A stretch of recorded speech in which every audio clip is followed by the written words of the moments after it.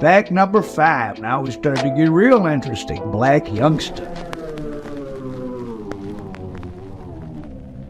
We get some juicy stuff courtesy of the infamous Cussing Pastor, another Memphis YouTuber. This is very strange. Youngster had a concert here on the 29th, I think, of October, which was a Friday, I think. Was okay. Youngster was leaving out the FedEx home in his truck, his armored truck. Got shot at, got shot up over, where's it? Wilmington? Or the truck? Where is it now? I get to that. It was downstairs this morning. Where's it now? I don't know. He called me. He called me that Saturday morning. He said, "Hey man, I need you to come pick up my truck and get it fixed." I said, "Nigga, I ain't no damn mechanic. You know what I mean? I can't fix your truck." He was like, "Man, my truck got shot up. I was in it. I need it fixed." And I said, "Okay, I know what this means. I got you." Black Youngster's insurance agent showed up at the Cussing Pastor's house for some reason to tell him a story. Eric Winston is his name, and his father is a pastor there in Metro Memphis. He ran for county commissioner in Shelby County, the county Memphis is in recently, and he lost only by about 20 votes. But apparently, so this Eric Winston was putting the insurance on Youngster's little car fleet. Apparently, Black Youngster's bulletproof truck was riddled with bullet holes, just like Dolph's, but this time after a concert in their hometown in Memphis. It didn't make the news, so nobody knew about it.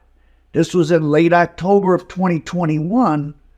Dolph was taken out November 17th of 2021, just a couple weeks later. So if you wonder why, if this beef had been going on all these years, why the sudden desire to get him, maybe Dolph had just tried to get Black Youngster. So then this stuff happened, right? And he called me at 3:15. You saw it. Mm-hmm. He said, "Man, where my truck?" He called me and said, "Man, where my truck at?" I said, "Shit, this still where it was." I didn't come get that truck, man. I said, who you gonna send up here to get it? Because I know you're out of town. He said, "Nah, I'm here." I said, "You here where?" He said, "I'm in Memphis." I said, "Youngster, is everything okay?" Because I already knew what had happened. Man, hell, right up the street. I could hear the sirens and everything. I said, "Is everything like coming?" He said, "Man, I need that truck and I need it bad." I said, "But meet me up here tonight at about 6 o'clock so you can get that truck." He called me. And you see the planes on the 17th. 17th at 6:08. I said, "But you in the city though?" "Yeah, I'm in the city. I'm trying to fly out. I'm trying to get out of here by tomorrow." Now, as you can tell from this conversation, and please go over to the Cussing Pastor if you want to hear the whole thing and check out his page and check out Real Talk with Tamara and check out True Results. But the gist of this conversation is that Youngster wanted the insurance agent to get his car fixed, get the bulletproof glass replaced, because it doesn't. The bullets don't penetrate it, but it messes the car up, obviously. It leaves bullet holes or indentations, whatever. And suddenly, Youngster pops back up, and he needs it immediately. And then he comes to pick it up, and he has an uncomfortable conversation where he says, "I didn't do that. I don't care what they say." He said, "Man, can I come upstairs for a minute?" Came up here and sat down right there. Actually, came and sat down right there. I said, "Youngster, you all right?" I looked at him just like that. I said, "You all right?" He said, "I ain't do it." I said, "Do what?" He said, "I ain't do it. I don't care what they say, I ain't do it." I said, "What are you talking about?" "Man, you know what I'm talking about. You know what I'm talking about. I ain't do it." So Black Youngster was in town when Dolph was hit. Oh, and if you didn't know, pretty much everybody has been living in Atlanta or somewhere else Not Memphis. I mean, they're all on the road a lot, but they all live in Atlanta. Gotti, Dolph, Youngster. It seems like they only pop into Memphis for funerals and to create funerals. I said, Youngster. I don't call him Youngster, I call him Sammy. I said, show him the picture of that car that they looking for. I said, who car is this? I don't know who car that is. And yet more with Black Youngster. Back in August, Youngster's brother was gunned down at 9:30 in the morning, rest in peace, at a gas station in Memphis under unclear circumstances. A clear photograph of the suspect was almost immediately released, and the U.S. Marshals currently have 2 warrants out for him. One for the second-degree homicide of Youngster's brother, and another warrant is for the suspect, Randy Darnell Ewing, for being an absconded as the ex-offender. Mr. Ewing has yet again an arrest record that would have had him in jail in almost all, frankly, other places. Tennessee or Memphis is pretty lax. There's all type of arrests. And he's still wanted over 6 months after appearing on the news. Marshals are looking for him. He's lasted a lot longer than the guys who hit Dolph went on the run for. From reading literally thousands of articles and cases, of course, this is what I do about crime, I could tell you the fact that a guy from the inner city wanted by the U.S. Marshals for a homicide at a gas station in the ghetto, being on the run for 6 months without getting caught, plus he's an SEX offender, is pretty damn rare. But maybe he has some wealthy family members hiding him out. Or something like that. Now, let's not forget, tragedy strikes Black Youngster a lot, all jokes aside. This is the 3rd brother he's lost to homicide. The first one was back in 2016, probably before the Dolph beef. But his second brother to lose his life to gunshots in mysterious circumstances was named Heavy Camp TD. I don't know what happened with that. I couldn't even figure out his real name. I never saw, was there any arrests made in his case. That happened down in Miami in 2019, which was about a year and a half after Dolph got in L.A. by Gotti's camp, but wouldn't make a statement. So what if Black Youngster, fresh off losing his brother and upset that CMG is seemingly distancing themselves from him as the trial date for Dolph's homicide approaches and a possible federal investigation looms? Youngster's definitely been at the center of a few things. What if he decided to take out Jook? I'm not saying that. These are all just possibilities. Because Jook knew too much about his actions and could give him up to save his brother Yo Gotti and himself. After all, according to the Memphis vlogger Real Talk with Tamra, her contact at the Memphis PD, like I said to hit on Jook was to send a message. That message could be from Youngster to Gotti that he better not forget about him and better not throw him under the bus, because once again, according to Ms. Tamra's police contacts, Black Youngster found Apple AirTags on his truck, like someone's tracking him, but he lives in a gated community, he's got security. Who could have put him there? Someone close to him? Did he feel that Gotti and Jook were tracking him so they could notify somebody, like he was setting up to be backdoored so they could call it even on Dolph's revenge? There's all possibilities. I don't think any rapper signed to PRE did anything to Jook, but now, when cases involving a bunch of homicides start coming to trial, people start knocking off anyone that could turn on them. Like Remo, the mafia boss, said in Martin Scorsese's Casino, why take a chance? So to recap, Black Youngster only avoided charges for trying to murk Dolph in Charlotte because Keon Wright, CMG vice president, ate the case. According to the recording made by the insurance agent, his insurance agent, Eric Winston, his own bulletproof truck got shot up just a few weeks before Dolph got hit. So if Youngster felt Jook was going to have to make a choice between him and his brother, well, perhaps he sent a message to Gotti by hitting his brother, or he thought Jook was setting him up to get backdoored. Oh, yet another weird thing. That white Mercedes that Eric Winston claims was Youngster's car that was used in the Dolph hit, it was also used, remember the Covington? Early on, those guys got arrested in Covington, or the Covington, Tennessee. Well, there were two older women that were gunned down by a young guy with a machine gun out of that same white Mercedes. A Memphis man has been indicted in the murder of a Covington woman last fall. As WREG's Bria Jones explains, her children believe the possible connection to the slaying of young Dolph is helping solve the case. Tied to crimes in Shelby, Tipton, and DeSoto counties. 23-year-old Trayon DeMarco Ingram is now charged in a fatal double shooting in Covington. And it took a year for a guy named Trayon Ingram to be charged in that double homicide. Police initially said it was a gang war and it was mistaken identity because it was two older women. Remember, the same white Mercedes used in the Dolph hit.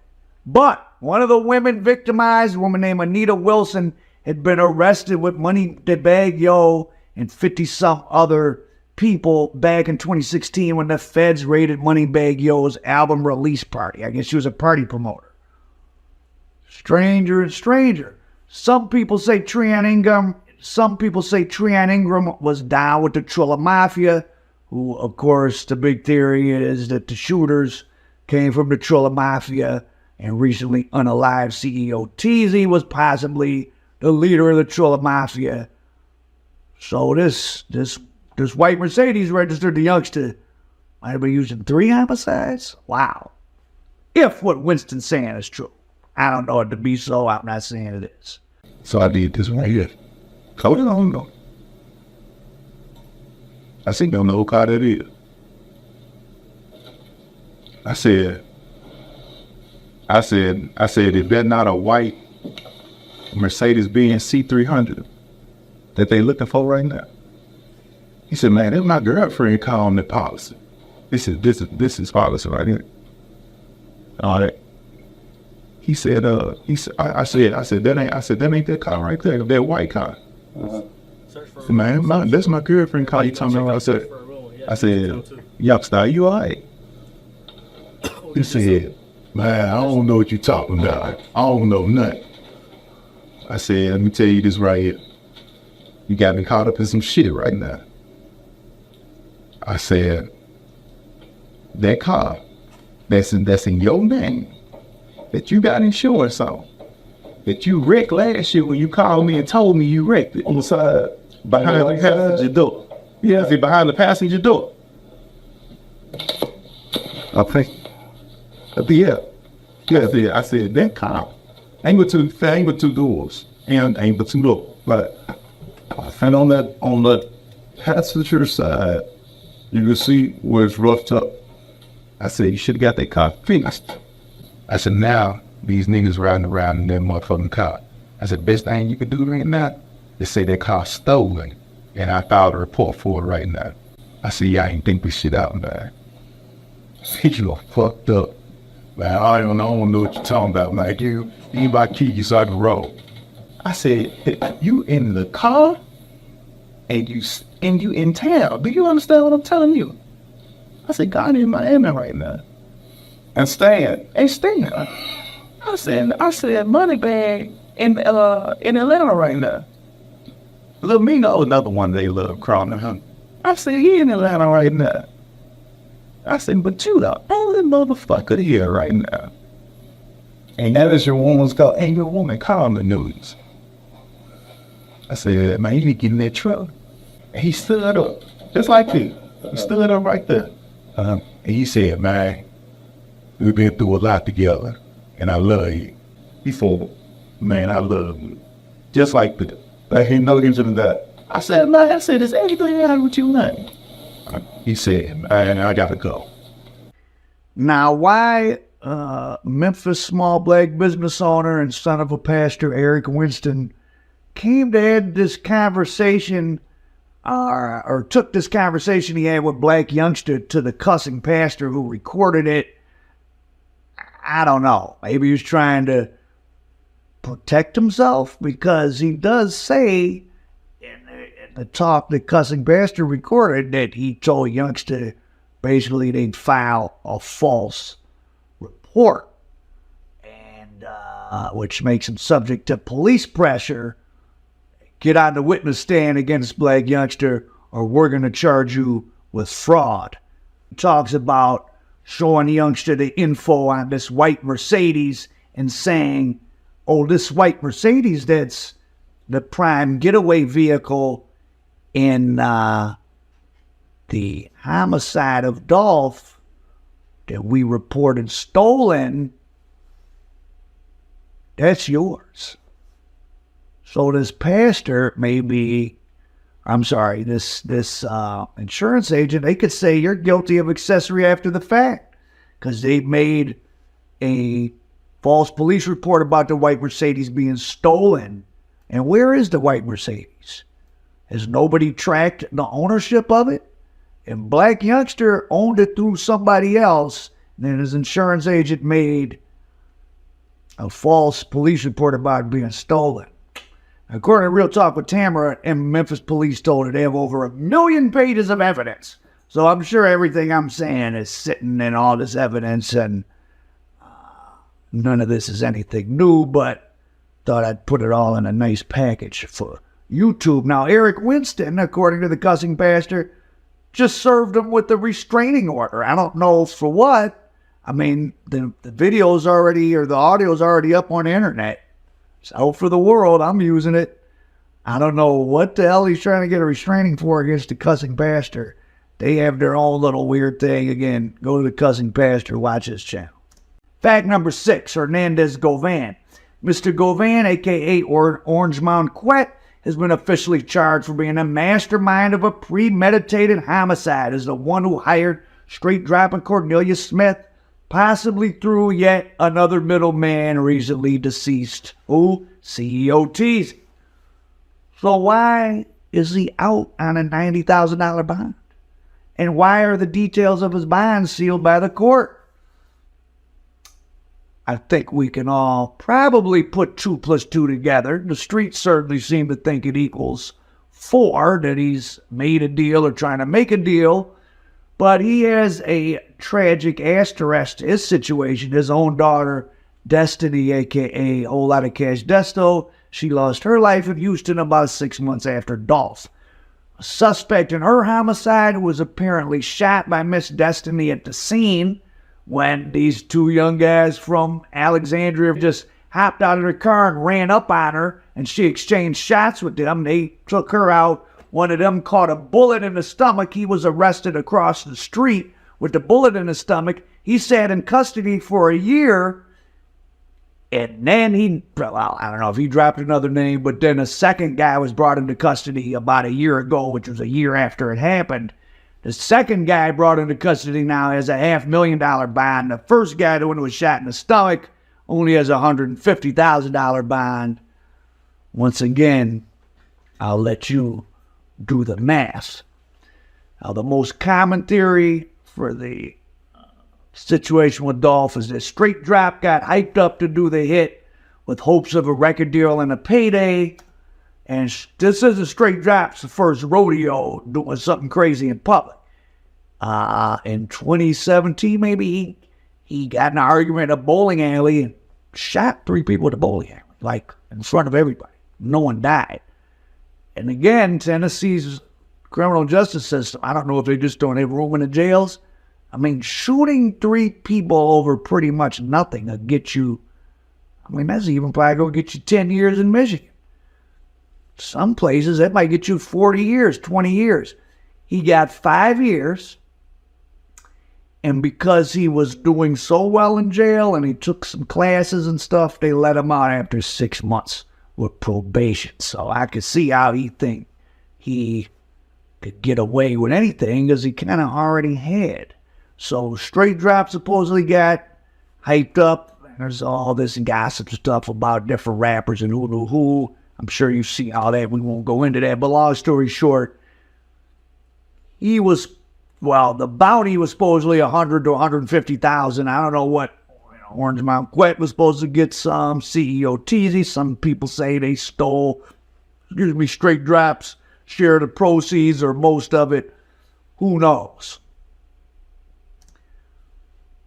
Now, according to all the streets of Memphis internet chatter, Orange Mountain Quet is definitely like that. And there's plenty of photos of Jook and Mr. Govan on the internet. And Mr. Govan with the Trilla Mafia. So the connections are all there. As the vlogger Real Talk with Tamara says, straight drop with Cornelius are their little branches of the tree. Hernandez Govan is the big branch. Big Jook is the trunk of the tree. But that leaves the root. And who is that? The Yo Gotti? Is it Black Youngster? Is it neither one of them? And these people are doing stuff on their own? Only time will tell. So, if Hernandez Govan is who can connect the shooters to Big Jook, and Hernandez is working a deal and is out on bond, and thinks his daughter's death is related to all this, you could have thought CMG was coming for him next and made an aggressive move in advance, getting CMG's bagman street boss Big Jook out of the way and sending a message to Gotti that he wants lawyer money, he wants to be paid off. Man, where's Monquette is known to be like that. And if he's telling, hey, it's all the more reason to start knocking people off because you got the feds or the police, local police protecting you. And trust me, that type of stuff absolutely goes on. Just another theory, though. I have no personal knowledge that that's true. I think it's possible that the people around Yo Gotti, like Youngster and Big Jook, maybe other people, took it upon themselves to do all this.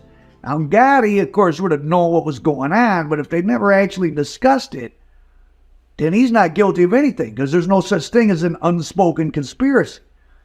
That's why you always hear the phrase, trained to go in the streets. If you're trained to go, I don't have to tell you to make a move on somebody. You know what you're supposed to do. But if I never tell you go, then I'm not involved in a conspiracy. I mean, maybe you knew what had to be done without me telling you, but that don't play in court. You can't say, oh, I know from the way he looked, Al Prophet looked in my eyes, I knew he wanted me to kill him. That don't. And then we have our snake theory. Big Jook was hit to stop the risk of bringing other people into the Dolph conspiracy. Some people think that means Yo Gotti. In the last 2 days, Moneybag Yo, for some reason, has been posting texts he received from Big Jook, which was a piece of advice to trust no one, not even those closest to you or even family. Now, if Gotti knocked off his own brother, that would mean he also killed his mother's son, which is something worse, usually, than even knocking off your own brother. I mean, anything's possible. I'd be kind of very surprised. Now, about a month before all this happened, again, our friend Real Talk with Tamara had a blog about Moneybag Yo being upset at the lax security at CMG events where all the other rappers had too many of their entourage and flunkies around and there wasn't enough security. And I guess Moneybag Yo has been into it with a lot of people, and some people say he has a reputation of being a snake, according to some. Well, the hip-hop feds are probably in town in Memphis. A lot of conspiracy and RICO cases all around the country.